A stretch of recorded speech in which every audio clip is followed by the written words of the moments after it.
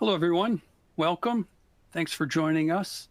We have another episode of SAM Monthly Best Practices with Nicholas. We're truly excited to have you here today. Congratulations on 1 year in your business. We're all proud and Thank excited you. for you. And looks like today's topic is license, heart of the reactor for Flexera SAM. All right. Yeah, thank you, Mark, and thanks for having me one more time. That's always a pleasure.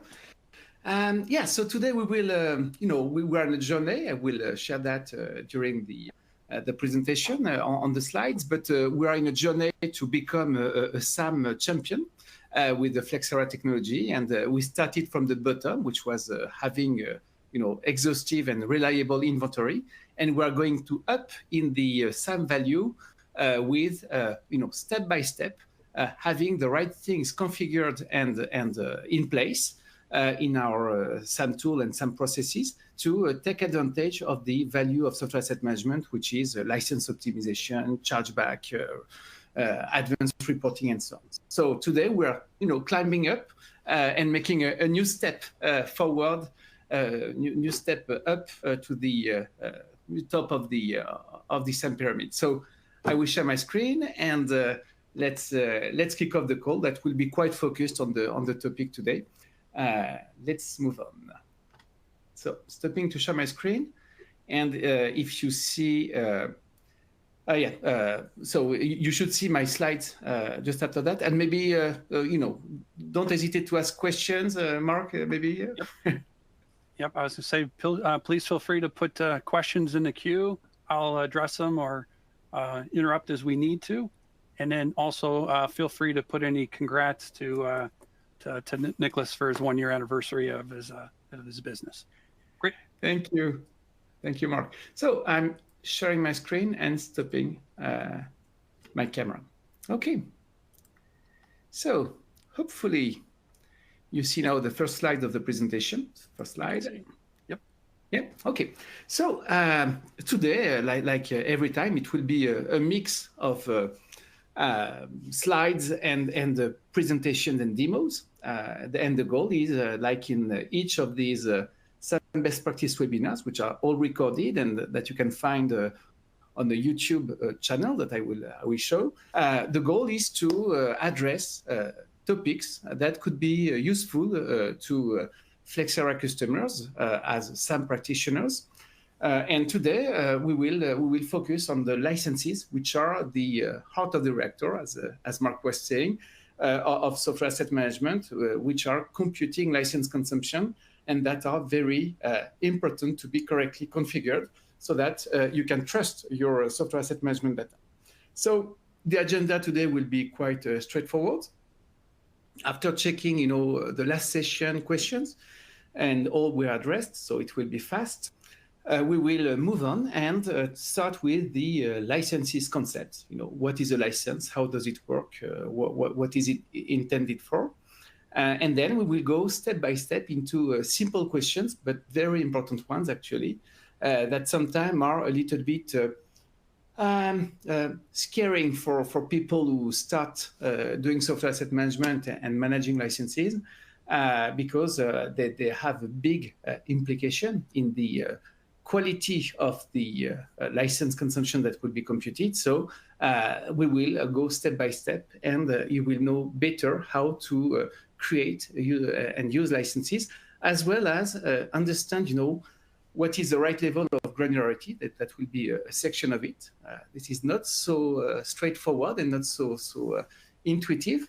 And then how you can make sure that what you did is not wrong. So checking that you have no issue with your license configuration, with the alerts on licenses, with the recommended license changes, with the license issues analysis reports, and we will finish with one of the possible issues, which is the exhaustive coverage of licenses. Are licenses missing some of the installed commercial applications? So all these important questions have answers, and the goal is to give you a simple path to be successful in this license configuration. So starting with the last session recording, So the last SAM Best Practice webinar was the first of the series of Become a SAM Champion sessions, which was around securing SAM inventory quality. So starting from the bottom, the recording can be found on YouTube, all of the sessions that you are attending can be accessed in the SAM Best Practice webinar. So just showing that.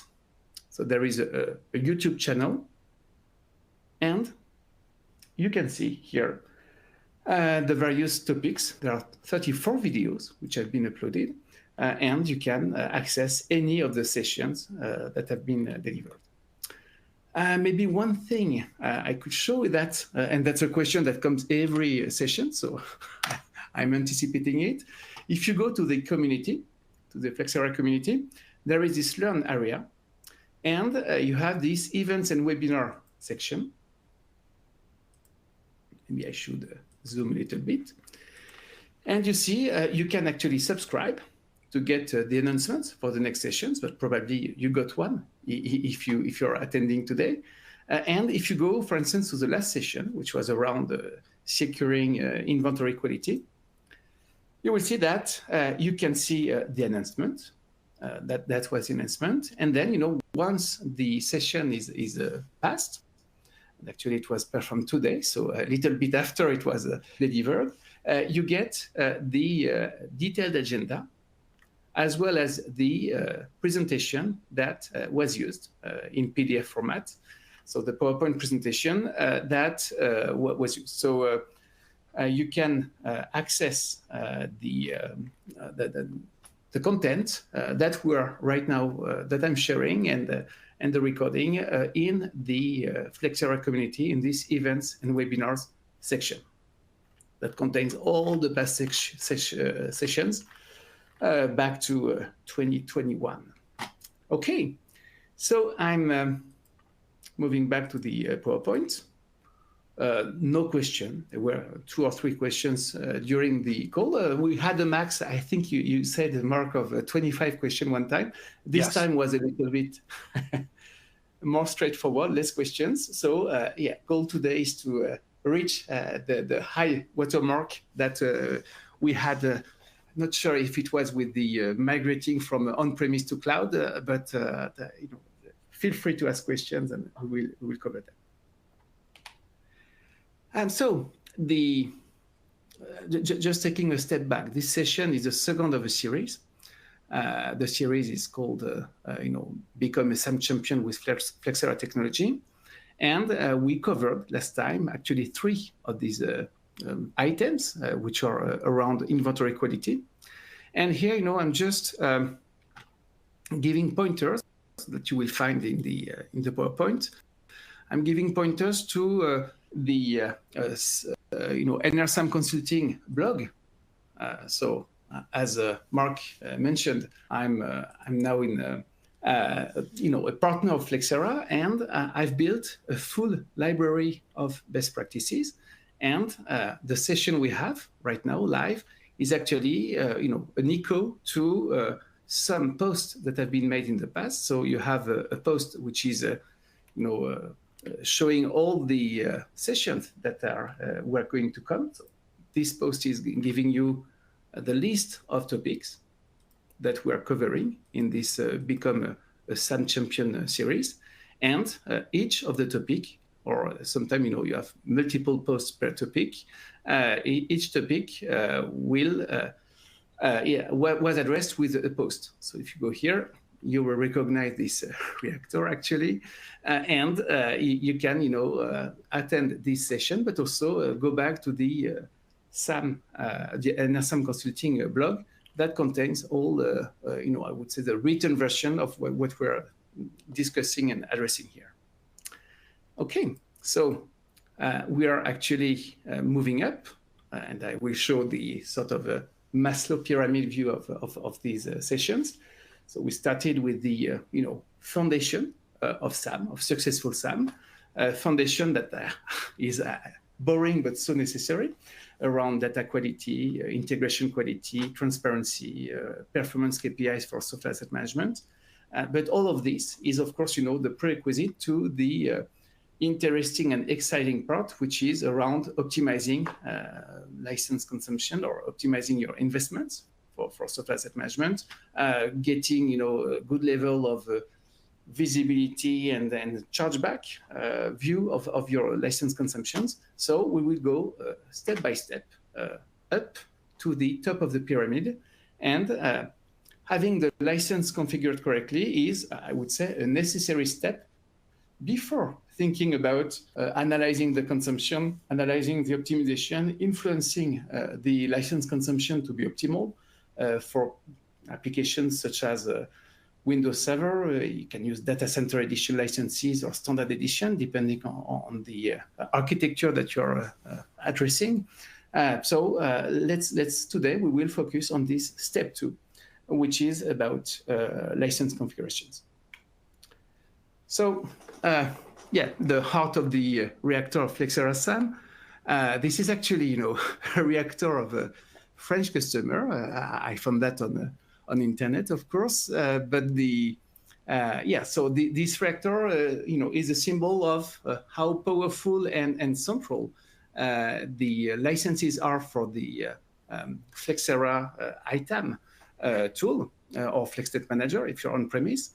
And so this is the heart of the reactor, because this is where you have the result of the license consumption, which is a mix of your license compliance, which is a mix of consumptions, of entitlements, and getting the right view on your license compliance is, of course, the goal of SAM, and everything is going through licenses. So licenses could be slightly confusing. That's the second bullet here. They could be named actually software counters, since the role of the license is not to represent the asset, the entitlement, which are more represented in ITAM with purchases. So the role of a license is to count and report on software compliance with a reconciliation of installed applications that will trigger license consumptions against purchases. The goal of a license is to report and to aggregate license reports and aggregate linked entitlement to purchase order. It computes license consumptions, and you will see there are some optimizations in the way the license is computing the consumption. This is what we call license priorities. The license applies license use rights. You will see that's maybe an intimidating part of the license. It's a quite complex part where you see all the configuration that will apply to the consumption, but you will also see that you don't need to put all the checks. This is all managed by wizards and SKUs. And a license allows to restrict the scope of what will be computed in terms of license consumption. And you will see that this restriction, and particularly intelligent restriction that you can set up with a report, typically, or the automation that you can have around allocations and exemptions, again, using some reports. These restrictions and allocation and exemption allow the license to be more focused, adapted, and optimized. And that's maybe not what I will insist the most on right now, because there is a session on how to make a license more clever. But at least you will see the possibility that you have in these restrictions and automated exemptions and allocations. A license can be a multi-product. You will see that's a quite important topic when it comes to IBM, for instance, with all the primary and supplementary products. And in the end, it looks very complicated, and you will see it's actually a quite rich object, but it can be created with a 3-step wizard where SKUs are not mandatory. I will focus a little bit more on that, but that's a big question and a big topic of discussion with customers. Should we, have always SKUs with purchase? I would say that if you create a license from a purchase, and if the purchase has no SKU, but if you know what you want to do, I would say it's not an issue to have no SKU when you create a license. That's the goal of the wizard. I would say that except for complex bundles, and again, IBM here will need SKUs to be managed correctly when creating licenses. But except on that case, most of the time, you don't need a SKU if you want to create correctly a license. You need more to understand what you do, more than a SKU, I would say.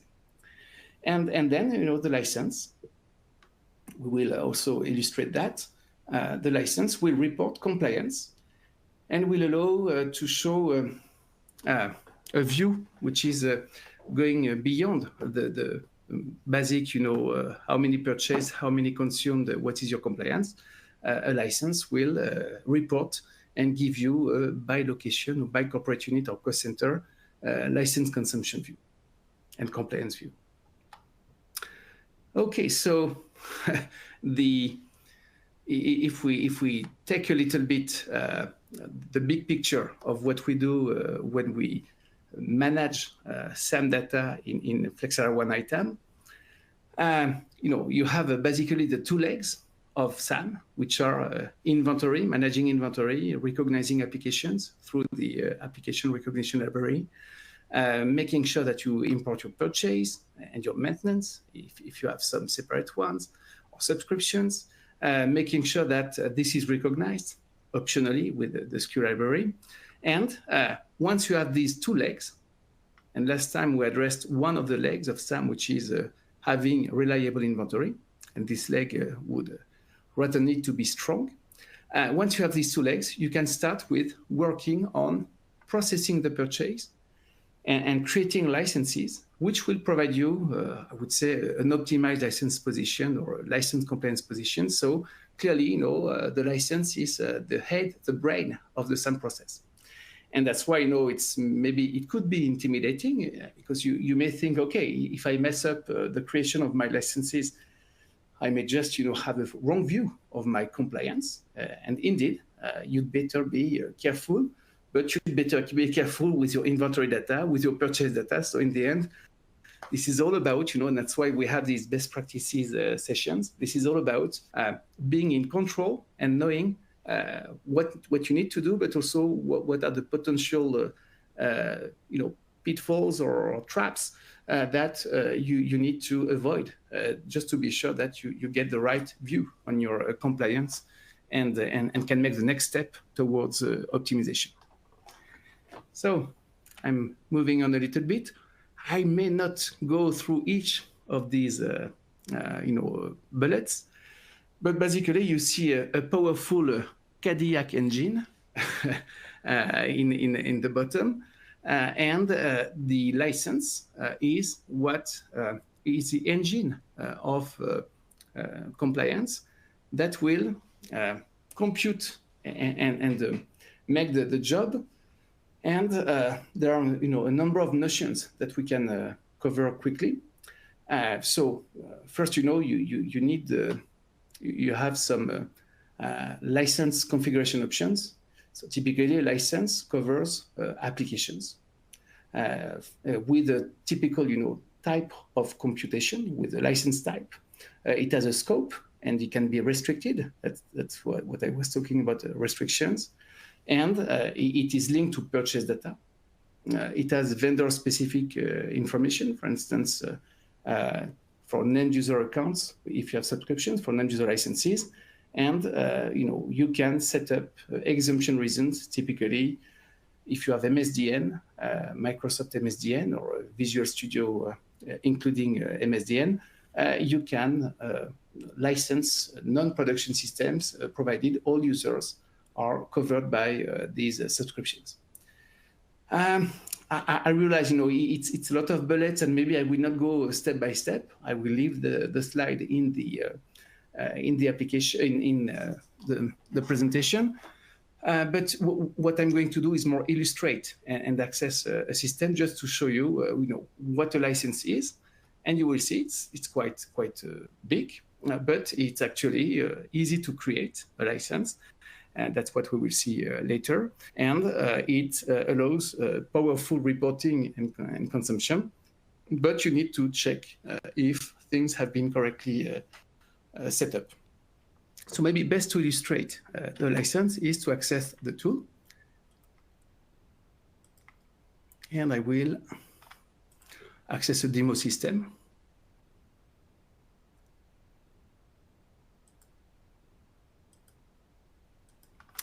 So typically, we have a demo database for pre-sales and partners. And I will start with opening all licenses. I will open not the simplest one. Let's start with DB2.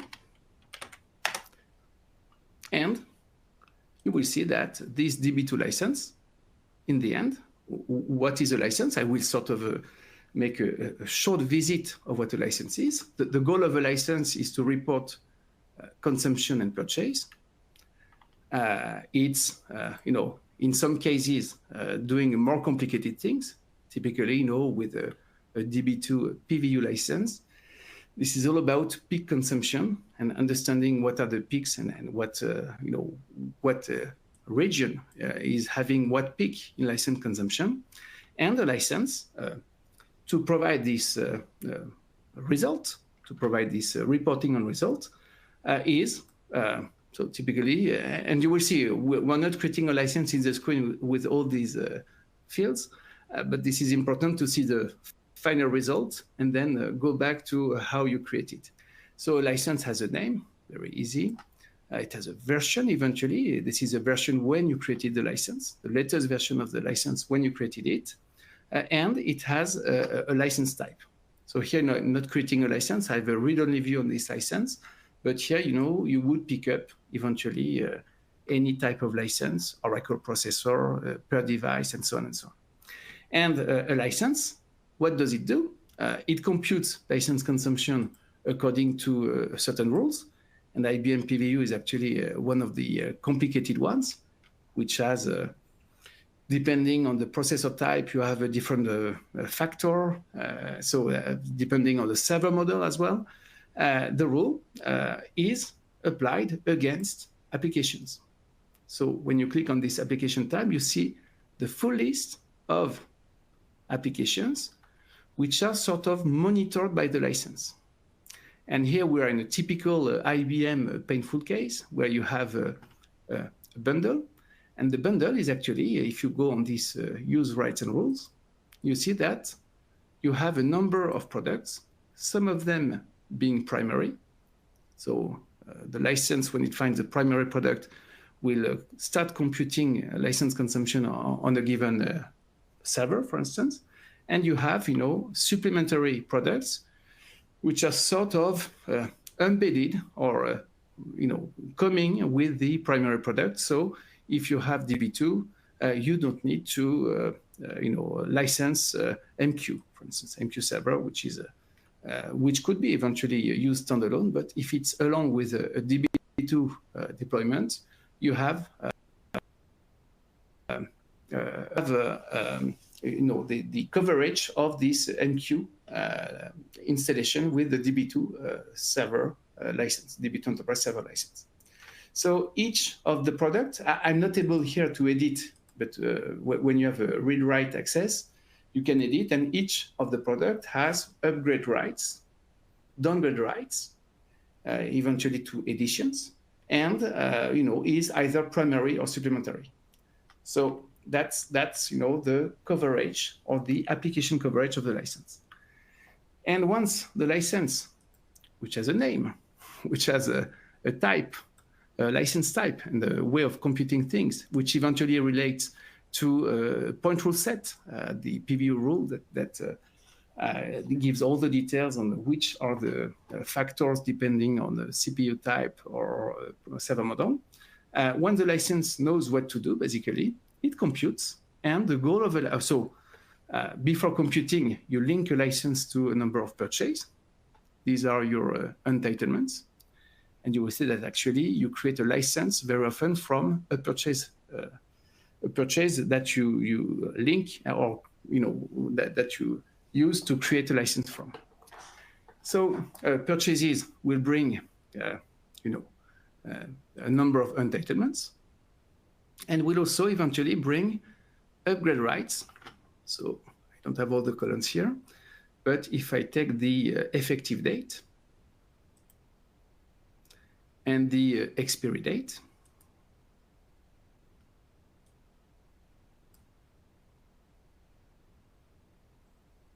okay, and expiry date,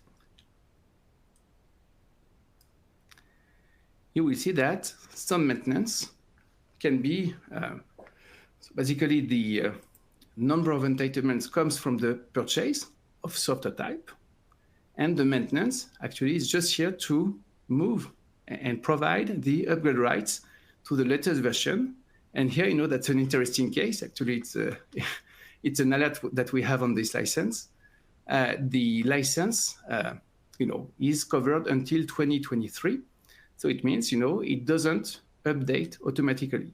What I didn't show is that in the list of applications, you have the sort of primary products on the top. And you see that you have additional versions for the products. So if we filter on DB2, for instance, you will have an automation that keeps maintaining the license up to date with upgrade versions or downgrade versions. At the time of the creation, you know, all the downgrade versions were taken. And not sure actually if there were some upgrade versions. Yes, 11.5 that probably got released after this license got created was added automatically because the you know, license knows from the maintenance and also from this upgrade until date that you see here that actually you set when you process the purchase, it knows that it had upgrade rights. So once the license knows the purchase and the entitlements, knows what applications to compute, to monitor and how to compute the consumption, the license will recalculate every day and you will get the consumption view of the license. So here we're in a little bit special case where you get, you know, the snapshot consumption, which is the latest consumption, but what matters is the peak consumption by quarter or even, you know, over 2 years. So you get multiple views thanks to these links. But here you see the basic thing, which is show me how much was consumed by by each of the servers. So here, you know, the cat cores could be interesting. Okay, so we have a capping. Actually, I will take that away. You get the number of cores, which has a big influence in the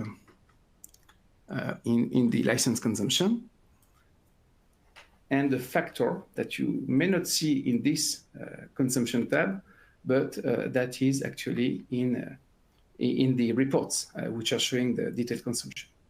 So I'm not going to spend a huge amount of time, but here you see the architecture, which, you know, virtual machine, for instance, LPAR, on which host, with which pool. That can be a painful topic, the capping of pools to compute the PBU consumption. So here you get the view, very detailed view of your consumption. So on one side, you have your very detailed consumption. On the other side, you have your purchases. And because both are linked to locations or corporate units, your servers are linked to locations or corporate units, you get this group assignment tab that will give you a view. So yeah, I can't slice because I'm not, I have limited rights, but you could see here, you know, more details, of course, on what is the detail of entitlements, which sometimes are not assigned, but sometimes they're assigned to the entities, entitlements versus consumption. So you get a sort of internal view of your license consumption or sub-enterprise complaints. So I'm not going to spend forever, but hopefully you saw, and of course, you know, you can link a purchase to contracts. What else can you do? You can allocate a license to an entity eventually. That's not always very useful because the important thing is that purchases are allocated to corporate units and so on. Purchases are allocated to corporate units. Servers are allocated to corporate units. So the view you will get showing the good slicing of your consumption doesn't require actually the license to be linked to an entity. The purchase and the servers are linked, and that's how you get this view by entity. So I'm not going to spend forever, but hopefully you see what the license looks like. And I was a little bit fast, but you have a number of concepts which are important in the configuration of the license. And the goal of this call is to make sure that you know how to create the license, but also make sure this is correctly after creation. You have no issue with the license configuration. So we have some questions. If you're at a good point. All right. Yeah. So the first one is, can your consulting site blog be enabled for RSS? That's something you probably have to research, but good question. Yeah, so there is no actually, and thank you for interest in my website. You can actually so if you go to the website, you can subscribe in the contact form, and then if you so actually that are two ways. Yeah, to be honest, I'm not 100% sure. I know people can subscribe to the blog. I think it's just by this contact page. Once you subscribe, you submit subscription, and then you will get a push of the new blog posts which are activated. Okay, cool. So I'm just checking one thing. At the bottom of this blog post, I think there is a subscribe button. Subscribe to our news. Yeah, I think it's the newsletter actually will allow, hopefully this is working, but allows a push to the people who subscribe. Great. Next question: vendors are changing SKUs over time. Is the SKU history kept in the SKU library? Ooh, SKU history. So that's a good question. So we will spend time on the recommended license changes, which are exactly, reflecting SKU changes. If a SKU, for instance, was targeting a bundle and is moving to a new bundle, you will get a recommended license change. That's one part of this presentation. However, we don't have an history on each SKU. You will see that we have now a SKU browser, which has been implemented back in February of this year. So customers on premise will get actually this one from 2024, everyone on. But there is no per se, an history of each SKU showing what changed when. That's maybe something you can obtain with the Flexera support, but I'm not even sure. Because this is quite complex, but still, if you created a license with a SKU and the SKU had a change, and sometimes it's because the vendor changed the SKU, or sometimes it's because Flexera fixed something. I remember,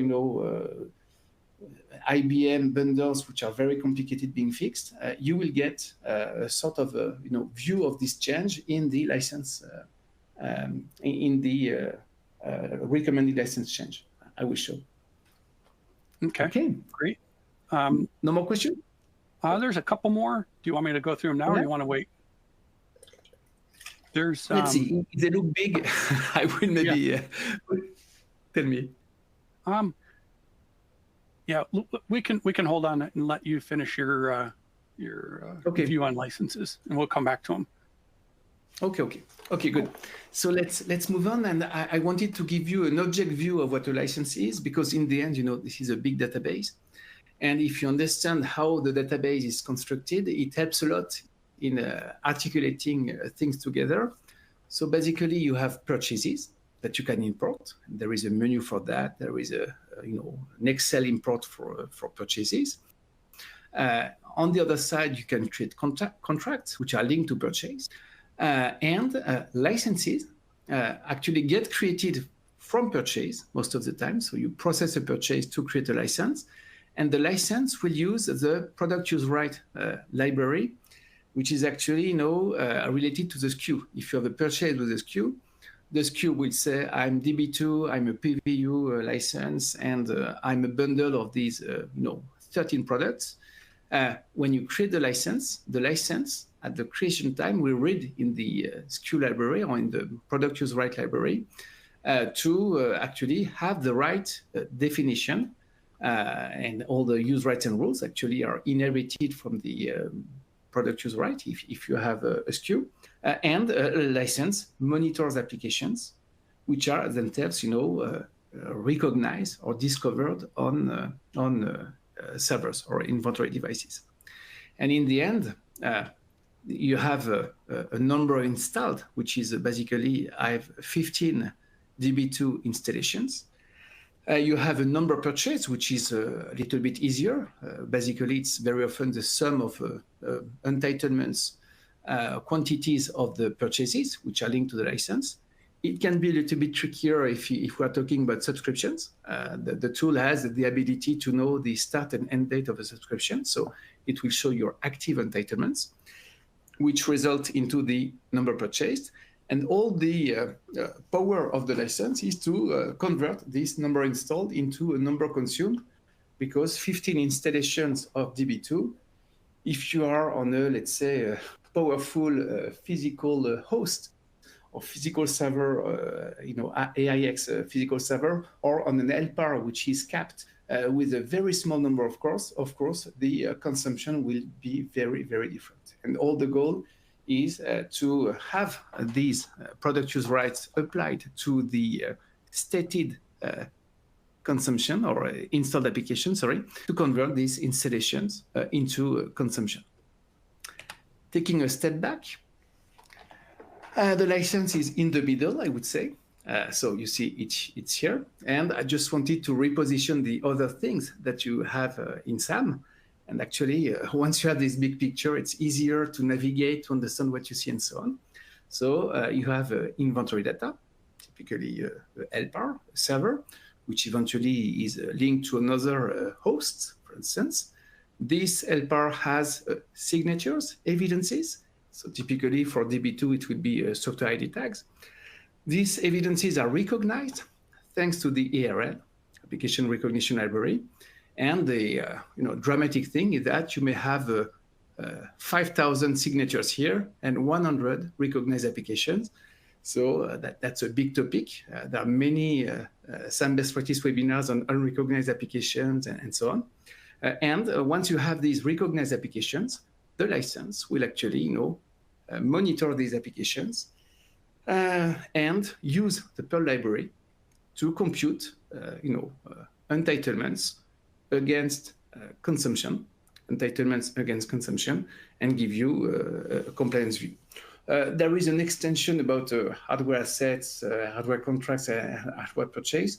This is not really the focus of today's call, at least. And I would say if you want to be tactical and focus on license compliance, you may just focus on inventory, contracts, purchase, and licenses to get the view of your compliance. So I'm not going to spend more time, but here, I have a better view on license consumption by location, for instance. So the license computes server by server consumption, but there are many ways you can get a broader view of your license consumption, and that's actually more for a future call. But I just wanted to show you a report that few people know, and that actually was the first report I created as a Flexera consultant that got productized. This is called the license purchases and. I have an issue with my report list. Okay. So if I go here, license compliance, license consumed and purchased by location, for instance. So here, data will not be very rich because this demo database is very US-centric. but you will see that purchases and consumption will. So if I group by license, for instance, you will see that this Creative Cloud, for instance, all apps consumption, which have a number of related products. I'm going to hide the product just to make it easier to read, have consumptions in which are the total view. This is my total number of purchase, my total number of consumption, and then you get a view which is so for the unassigned piece, but also for the USA, for instance, 11 consumption, Itasca, 10 consumption, Auckland, 1 consumption. So you get this view in this report, which gives you a sort of chargeback view. So what I wanted to pass as a message is that where we focus today is building the licenses the right way. But what we have to keep in mind is that this license consumption data is actually way more detailed than what you could see in the license screen, which is total purchase, total consumed, and allows infinite reporting. And for instance, this chargeback report is reflecting the use you can do of the license data, the license consumption data. Okay, so I'm moving on. And let's see how you can set up optimally and configure your licenses. So how to create a license? Actually, I delivered a session which is called Managing SAM Operations, and which has some information attached, and there are documents that show step by step how you can create a license and so on. So just wanted quickly to show that this is actually quite simple. And I will go here to another instance. Let's go to another instance. Okay.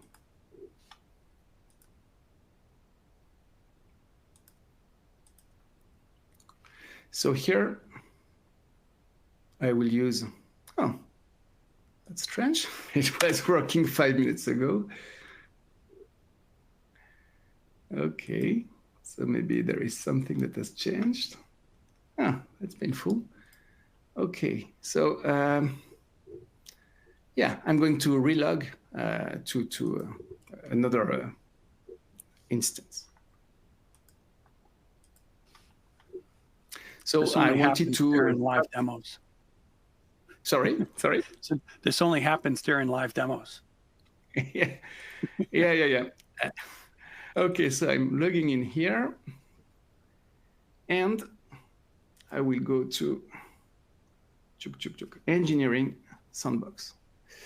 So here, if I create a license, I can do the license creation. Yeah, that's fun because I was able to access 1 hour ago to the other instance. So once you are in the license screen, you can create a license. That's a simple process. And just to decrease the level of stress of creating a license, yes, this is the heart of the reactor, but in the end, this is not so complex. You pick up, DB2 Enterprise Server. You can put a version, for instance. So what a license is, in the end, is you want to cover a product. So here, Enterprise Server, sorry. Here we go. So I'm going to pick up, this application. And once you pick up, what application you want to cover, you will be asked simple questions. And you will see that this bottom part, which is not the fastest part of the tool, but which basically goes across all possible, SKUs related to this application. That's why it's slow. You get here, the license type or the license metric, license model you want to use. So in the end, you are asked, so I will IBM PVU, let's take this one, for instance, and I'm using a bundle, and I'm using a bundle, let's say, for 11.5. Okay. Here, I will give it a name. And actually, because there is maintenance, I will take away the license name. And as soon as I create the license, the tool says, okay, I'm going to go to this, I'm going to create a license, which is a PVU1, because I picked up the license type, which is linked to the bundle of DB2 Enterprise Server 11.5. It includes maintenance. You will see that it takes upgrade rights for the various applications. And here, what I was showing, which looked super complex, oh, you have 13 products, which is a bundle of one primary. There were two primary, but you can then, sort of customize the license once it's created. So 13 products. This is a PVU license. Oh, by the way, this is a PVU, rule. So I'm going to open it. Hopefully. Okay, it doesn't open. I'm not sure why. So this is a PVU point rule, which, by the way, contains 30 different super sophisticated calculation rules for the factors. All of this actually is invisible to you if you create the license. Here, I created it from the wizard that asks me simple questions. What is the product? What is the license metric you want to reflect? Is it a bundle? In that case, that was specific. And in 3 steps, I created this super sophisticated license. So coming back to this slide, that's a big topic we discuss with customers, which is, if I have no SKU, how can I work? So in that case, very precise case, you need the SKU, or you need in the wizard to identify which is the bundle you want to create a license for. You saw I had no SKU for IBM product, but still the wizard suggested me to create a license for the DB2, DB2 bundle 11.5, and behind the scene there is a SKU. So even without a SKU, I was able to create a license. If you know what you do, which is, what is a covered product, what is the license type, do I have upgrade rights, you can actually create directly from the license screen or from the purchase screen. I will quickly show you. Hopefully I've purchased these in this instance. Procurement. Okay. Unprocessed purchase.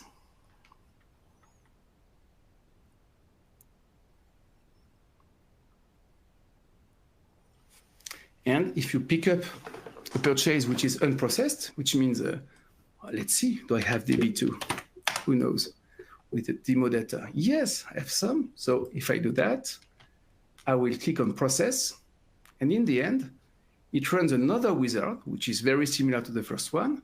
Do you want to create a new license, or do you want to create a new license or link to an existing license? Here, I will say no. I will create a new license, and automatically it recognizes the SKU which is associated to the purchase, and you pick up, if you have a fixed maintenance, or if you have, whatever date you want to put or link them to a contract. And I will not process because this is a demo system, a sandbox.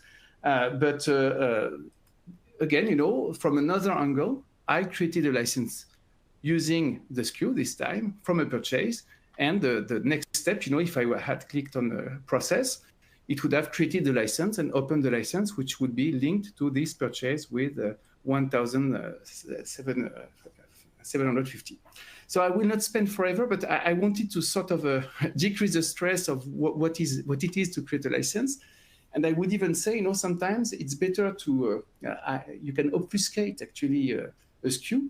So you put XX before the name of the SKU, because if you want to keep control of what you do, which is what people with a little bit of experience may want to do, you may not trust blindly the SKU, even if SKUs can be very useful.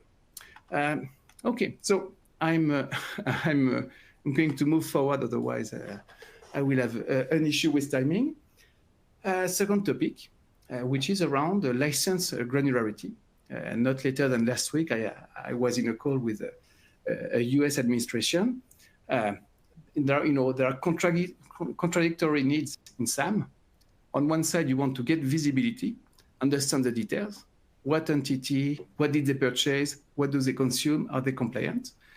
And on the other side, you also want to understand the big picture and the compliance versus the publisher, because in the end, what matters is not if one of your entities messed up and doesn't have enough licenses. If globally you're covered for, let's say, Microsoft project, project professional, you have no issue with Microsoft, even if you purchase from multiple contracts and one of the contract or one of the entity on one contract is actually under license. It doesn't matter.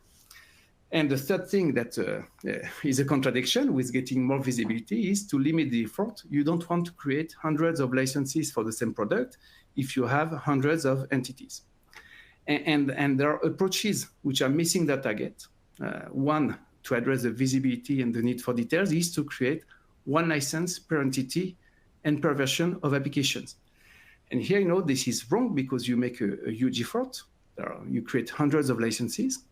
And in the end, you don't get the full, the true view of your compliance because you need to sort of reconnect each of the sub-licenses you created, or mini counters, I would say.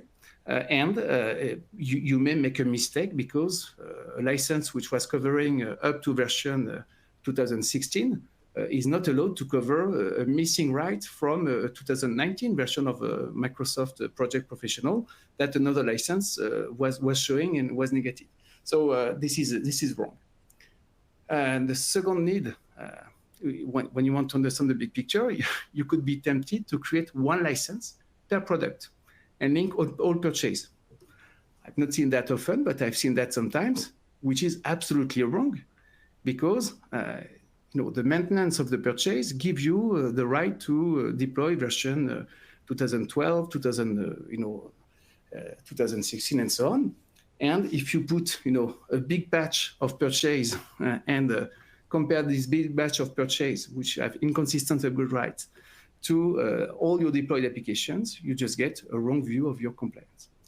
And the last one, limit the effort, also could plead for creating one license per product, which is wrong. So what is the answer? And and I will need to be a little bit fast. So licenses should reflect the external compliance towards the publisher. So it's not shocking if you have, let's say, 30 select agreements in Europe and 5 in the US. It's not shocking that you create 2 licenses, one for the US, one for Europe, and that these licenses, with the right restriction, you can restrict a license. Oh, I did not show that when I was showing the details of the license, but you can restrict a license to a region, for instance. It's not shocking that you have 2 licenses, even if within these 2 licenses, you have entitlements which are coming from multiple contracts. So what matters is, did you have rights transfer within the regions or within the contracts that you have put together under a license? And if the answer is yes, you can create a unique license. And the second topic is, are you in the same versions? Of course, if you have maintained purchase and not maintained one, you should not create a unique license with the both. So you need to be consistent in terms of authorized versions of the applications. You need to be consistent for the license metric. Don't mix together, Oracle, NetUser Plus, and Oracle Processor Purchase. It would be a mess. And the group entity of entities where you have license transfer rights. So in the end, once you know this unique value or unique set of keys, you can create a license which is covering the product / authorized version / license metric for entities. It means, if we take the example of Microsoft project, you may have a Microsoft project maintained, which will cover the subscription that you may have with your Microsoft 365 agreement, let's say a P4 or P3 contract or license, and you will have older versions of the license if you had purchased which were not covered by maintenance, and each of the license will cover its version plus previous ones. Okay, so that's how I would summarize things. And if you want to get, the details, okay, I have a unique license now, which is mixing things. You can create actually reports, or you can use the reports or the group assignment tab that I was showing if you want to understand the sub-enterprise compliance or the internal compliance. Hopefully it makes sense, and I'm moving forward. Okay, so we have created licenses. We have created licenses with the right level of granularity. And now the next step is, are my licenses correctly configured? And I'm going to go back to the test system, just to show you the first thing that allows to check your license configurations. Let's go back to the demo. Oops, I wanted to go to the demo system. If you open the license screen, you will see a number of alerts and unknown users, or this one, I have an issue with my maintenance, so I have a number of rights, and this is inconsistent. Some of them are covered until the future, some of them are maintained in a past date, and this is an issue. And if you want to get the list of all the issues you have with your licenses, you can click on this button. But again, it will be a little bit painful because you may have various types of alerts. And one thing that took me 5 years to understand when a customer explained to me when I was with Flexera, you can actually add a filter based on the alerts. I'm sure you know that 30% of people who work day to day on this license screen in this call don't know it. So you can actually say, no, I just want to focus on where there is a gap in maintenance. And here you go. You can, filter the list and actually get the subset of the only 2 licenses that had issues. So I will not go through each type of issue. Some of them are a little bit cryptic, to be honest. This one, for instance, it may take time that you see, within the purchase, some of them have a maintenance in the future, some of them have no maintenance. And in the end, what this one, this alert means is that you can't mix together if you apply upgrade rights to the total entitlements you have on the license. It can't be true if you have subset of your entitlements which don't have the same, maintenance end date, or if some of them are no longer maintained. Okay, so I'm moving forward to check. I want to show the 3 types of reports. Another report, which is called the License Issues Analysis Report, actually can be accessed from the a dashboard I talk often about, which is a SAM Operations Hub. The SAM Operations Hub catches, any issue, any problem. And last time we talked a lot about the inventory issues. But if you go down the list, you get actually, the list of questions. I would say the 10 commandments of the SAM manager. What are the questions that should be answered? And the first set is about inventory, right? But the next set is about SAM operations. And guess what? Here you have a number of reports which are about, are your licenses correctly, configured? And this one, for instance, this report, I will let you, and I tell from now, I will be over by 5 minutes. Sorry, Mark and Yves. So if you run this report, no worries, good. So this report will give you a flat view of your 628 licenses, and will analyze possible issues. And best is to take this report and group by possible configuration issue. And you will see here, a classical one, the license has no downgrade rights, which for a SaaS license is not an issue, to be honest, because a SaaS application has no version, so it's not shocking here. But you see more complicated one, a named user license has no upgrade rights. Here, Again, if it's about a SaaS application, no problem, but it would be a SaaS user license type. But here, if you have an end user license with no upgrade rights, it means, that's wrong, because so here we have many products covered by the license, but as soon as you are subscribed to a license, you can upgrade the applications you are authorized to install. So that's a type of issue that this report is catching. And one of the more complicated one is this one. A multi-product license has inconsistent upgrade and downgrade rights. This one is very hard to identify. So when I wrote this SQL report, as a product manager, I wanted to catch this one, because it means, you may have no downgrade rights for an additional product you added. That's a supplementary product in a bundle. And it will not be consistent, because you may not cover all the versions installed with the primary product, which is wrong. You could have saved money, but the fact you forgot to put the same upgrade and downgrade rights on the product itself are causing an issue. And maybe just to finish on this report, it is showing many, many things. So best is maybe to go to the documentation, which is very detailed. It will look for issues, but it will also tell you who created the license, who modified it.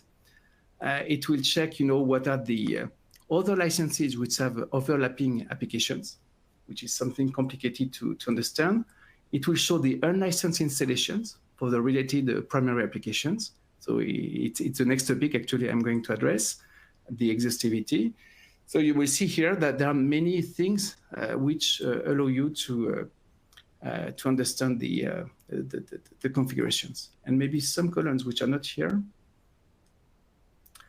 So it's about, the report restrictions. That the only place where you can find this information, it's, exempted with reports. So here, that you can understand which are the links between the reports. And I'm going to just show me what is not blank. And you can actually, oh, this was me.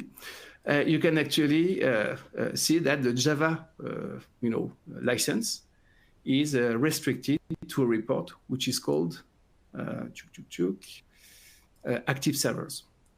Of course, this was at that time, at least, there was one desktop license and one server, and you can restrict a license, to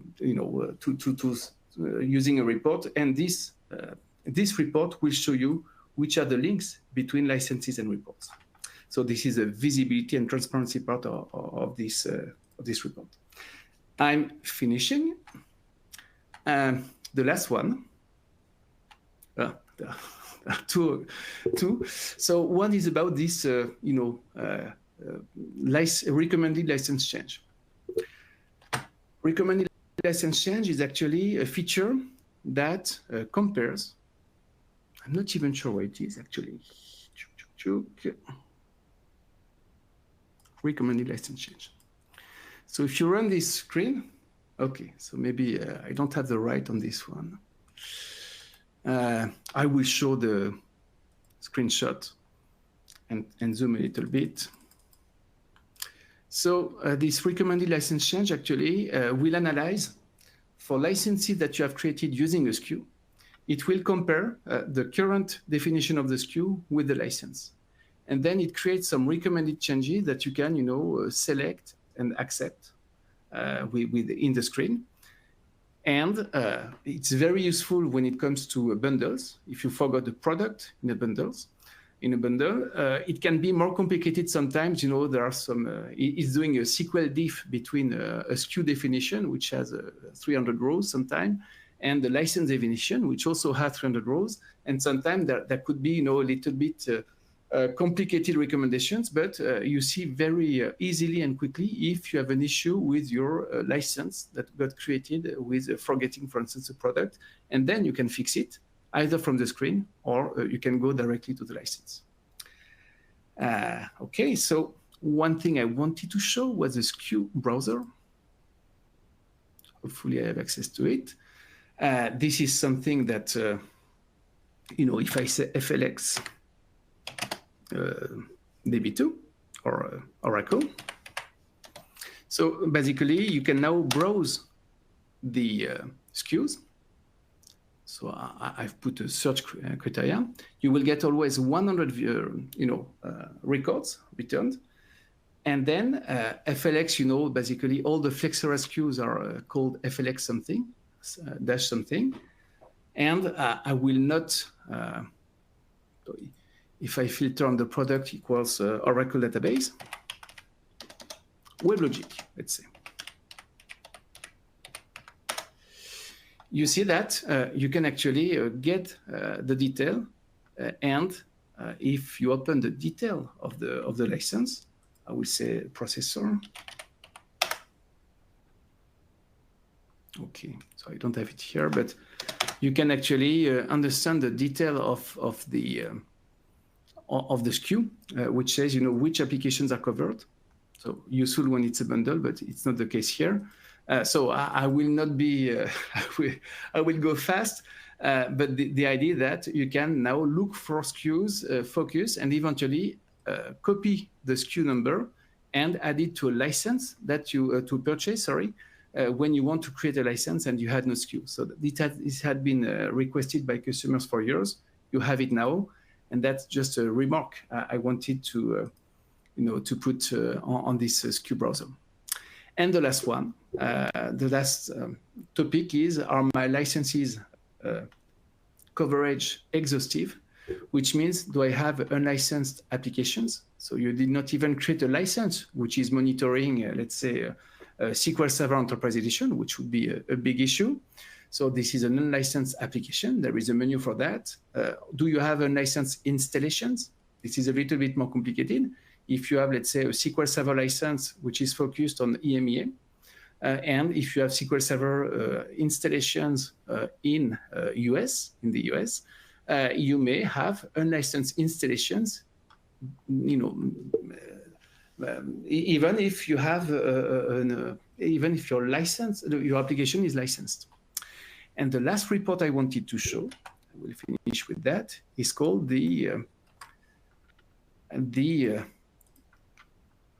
again, I can access it through the hub, this license compliance and unlicensed product risk. And this one will actually mix together. That was a strong request from customers. Okay, so maybe I have an issue with them. I'm going to go back to the demo. Hopefully it works. I go back to the dashboard. And this last report is actually mixing together. Here we go. Mixing together the unlicensed installations with the license consumptions. So in the end, if you say, show me for, let's say, Oracle, instead of you going back and forth between your licenses, checking if you have unlicensed installations, coming back and so on, here, the idea of the report is to say, I'm going to mix together all my reports. This is where you see the link. This is my purchase, consume. By the way, this is the cost and so on. And when I see that OLAP, for instance, so there is a special case for the Oracle options. If I see an OLAP option which is installed and used, and there is no license, monitoring it, the report will say, I have no license for the product. It will show the product. It will even show, the instances which have shown activated the used Oracle option, and you will get the visibility of all the commercial products which have unlicensed installations, even if you have other licenses which are covering the other installations. So hopefully you see the interest, but this is mixing data, which normally would be very painful to put together. And you can quickly see, if you have a gap in your licenses coverage. Okay, that will be it for today. Thanks for your time. And sorry to have been long, no worries. Sometime. No worries. Okay. Great job as always. Great insights. Love how you're able to, walk through, showing people where to click, what it looks like, and then the different use cases that you're addressing. So as always, very informative. We do have a few questions, but I don't know if we want to just take them offline, respond in the next episode. Well, actually, because people will come back to the recording, and if you have no issue, I can stay 5 more minutes or 10 more minutes. Yeah. So let me scoot this over a little bit. Does Cloud have the SKU browser? Yeah. So actually, it was released first on the cloud. So hopefully, the question was ITAM Cloud versus FlexNet Manager on-premise. And the SKU browser indeed was introduced in 2023 or 2 something, and it got in the it got introduced in the on-premise version in 2024, but it was even before on the cloud version. Yeah. Okay, cool. We'll do like a rapid fire. How's that? Are these reports available for Flexera One customers on cloud? Yeah, I feel somebody that it would be stressed with being on cloud. Yes, so I did a full session on that, but the cloud version of Flexera One is exactly what you have on FNMS on-prem, using different technology and sometimes faster scripting for the reconciliation. But in the end, everything which is out of the box, and I did my demo actually on Flexera One. So everything which is out of the box on-prem is also on cloud, and very often it's before on cloud. What is not on the cloud is SQL reports that you can build, and I've built a lot in my life, but my work as a product manager has been to productize at least 30 of the reports I created in SQL as a consultant on-prem. So normally you should get anything you need on cloud, I think. Great. So you already answered the next question. Reports available on-prem as well. So you've addressed that. And then how do I deal with changes of supporting programs when upgrading the versions of the base license? Yeah, so this one is complicated. So typically, this is very IBM centric, but if you purchase IBM in, let's say 2010, it can happen. At that time, the bundle of DB2, let's say 9.5 had a specific definition. And it really depends. If you kept, the old versions, you should use actually the old bundle to cover what you deployed at that time. If you upgraded your infrastructure with the latest version and want actually the latest bundle to apply, I would recommend to simply, it's IBM, so it's a little bit complicated, but recreating a license would make sense, but you lose PVO peaks. So I would say it's good actually to maybe process the license with the new SKU and then apply the license recommended license change, or eventually create a new license with the new SKU and reflect the changes in your old licenses so that you get actually the right bundle, which is relevant to the version you want to use. It's a bit complicated. All right, a couple more questions. You're doing phenomenal here. Why does the report show 0 with the number in parentheses after, and it says 0 and in parentheses 11120 and parentheses? Sorry, I did not get the question. Can you say it again? It said, what does the report show 0 with a number in parentheses after? So then, yes. Yeah. It's so I have a full session on the slicing the data by entities. That was the August session. So it's recorded in the series of some best practice webinars. I spent time on it, but basically, this is a hierarchical. So you have United States, and then you have the Itasca, data center, and another town in California. And what you see in each line is the local purchase and consumption. And what you see on the parent with parentheses was the sum of local consumption of the children. So you may have, related to USA 5 consumption, but also additional, 20 more from the children. So that's how you see, this is all about, rolling up the quantities and the parent showing its quantities, but also the children quantity. So the parentheses, actually, it's quite clearly explained in the assignment tab, license assignment type documentation. Great. For the license by location report, what is the data source of the location? Admin section, user location, etc. Yeah. So all will depend on what is the license type, because you have licenses that will show consumption per device, typically processor licenses and so on. So when a license type relates to an installed application on a device, the locations you will see on the consumption will come from the device location. If it's a per user license or a named user license, it will actually inherit it from the user location because the consumption is associated to the user and not the device of the user. And then, you know, the other big topic, which was addressed again in August with this, is where do you get the location data from?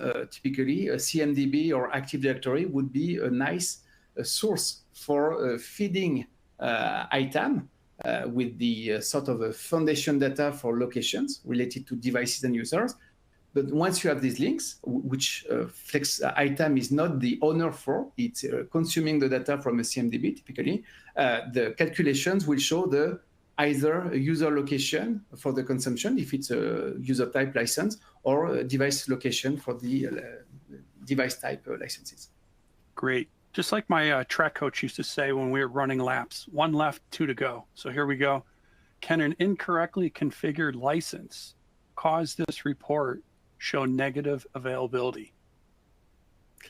Yeah. So if you let's say you use not a per device license, but an Oracle processor license for your applications which should be licensed per device, ITAM stupidly will say, okay, I'm seeing an installation on a virtual machine.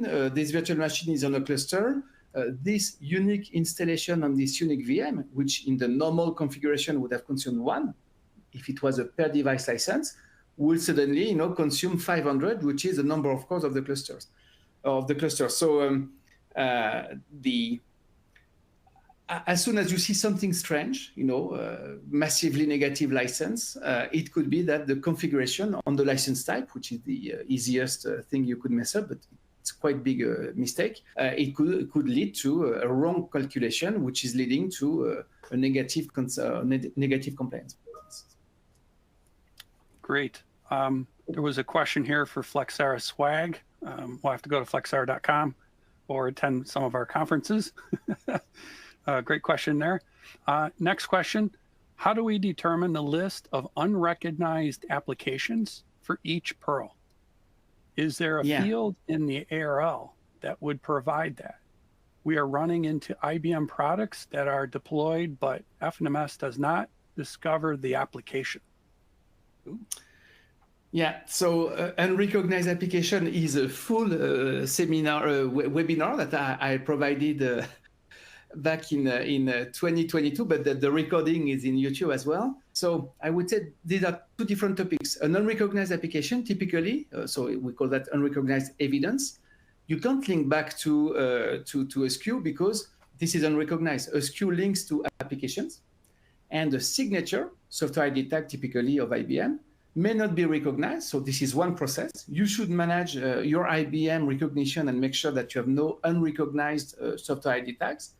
And then, once you have fixed this recognition issue, which is one dimension of SAM, inventory, and in data recognition, logically, the recognized applications which are linked to the SKU monitored or, defining the licensed list of applications and consumption, once you recognize correctly, the SKU that points to an application that will be now recognized will show, or the license will show consumption. So you should start from the very, bottom of the topic, which is, am I recognizing correctly? Which is, by the way, last month's session about, trusting inventory.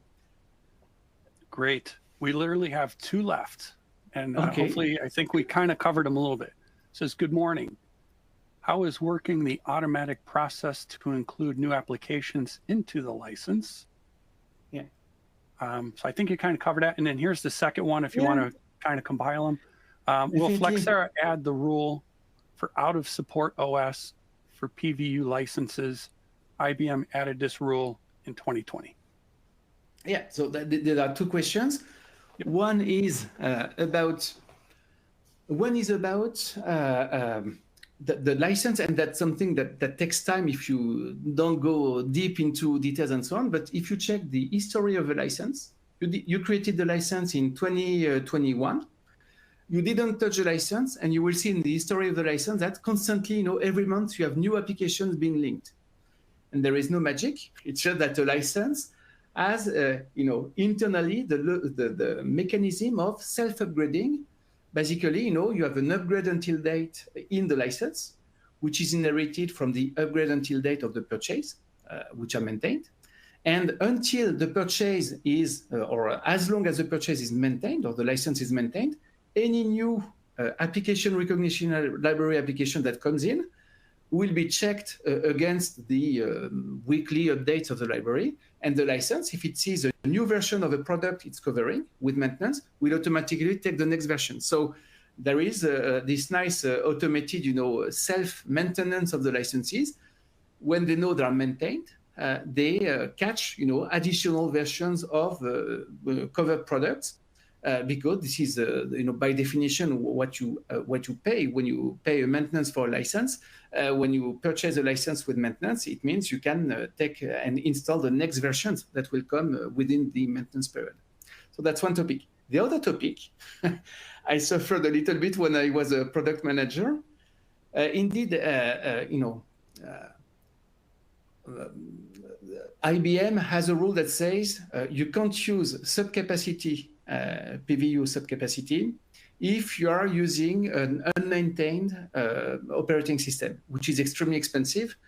Because if you have, let's say an old AIX server with LPARs, with the capping of the LPARs, the consumption could be, let's say, 5 cores multiplied by a factor of 120. Fine. If suddenly, because this operating system is no longer maintained, IBM says this is now full capacity, you need to license all the cores of the host, which can be 50 times more expensive. So there was no easy way to manage that until recently. I would say you could do something which is this new intelligent license restriction. You could create a report that says, show me all the servers which are, and unfortunately, we don't maintain the list of no longer maintained operating systems. So it means a customer will need to work on that. But typically, if you create a report that includes all the servers which are in unmaintained operating systems, you could create a license which is a full cap for this one. You could create another license which is subcapacity for the reverse report, which is all maintained operating system. And I would manage, unmaintained operating system more as a risk. But if you want the licenses to compute correctly with this intelligent restriction, provided you have the right level of versions on the operating system, you can, basically focus your license on what is authorized, subcapacity, and what is not authorized, full capacity, just thanks to this very, very powerful, intelligent license restriction. Great. Thanks. That concludes all the questions. Thank you for all those who stuck around. Thanks for all your questions. Yeah. No, another great session. And I think this will get probably quite a few on the follow-ups and replays. Great topics. Okay, excellent. Thank you, Mark. Thanks for having me. Thank you, everyone. Cheers. Cheers. Bye.